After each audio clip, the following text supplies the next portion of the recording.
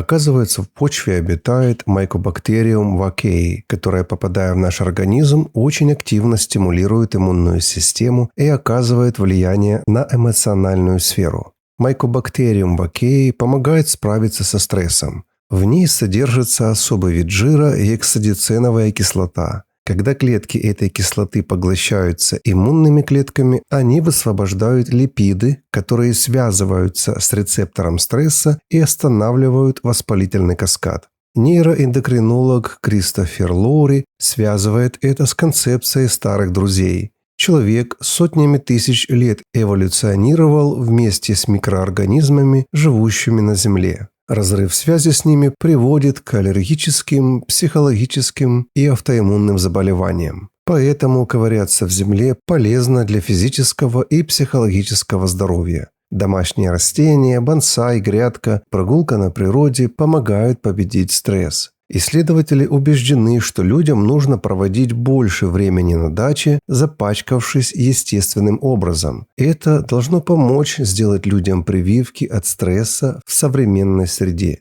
Британский ученый Дэвид Стречен впервые выдвинул противоречивую гипотезу гигиены в 1989 году, предположив, что в нашем современном стерильном мире отсутствие контакта с микроорганизмами в детском возрасте приводит к нарушению иммунной системы и более высокому уровню аллергии и астмы. С тех пор исследователи усовершенствовали эту теорию, предположив, что это не отсутствие подверженности болезнетворным микробам во время игры, а скорее старым друзьям, полезным микробам в почве и окружающей среде.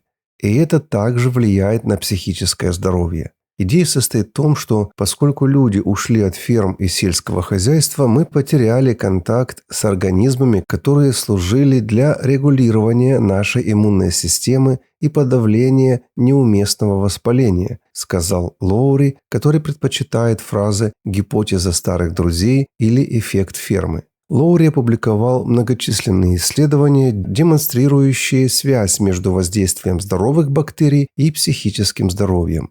Одно из исследований показало, что дети, выросшие в сельской местности, окруженные животными и бактериальной пылью, вырастая, имеют более устойчивую к стрессу иммунную систему и могут подвергаться более низкому риску психических заболеваний, чем городские жители без домашних животных. А что вы думаете по этому поводу? Не стесняйтесь оставить комментарии.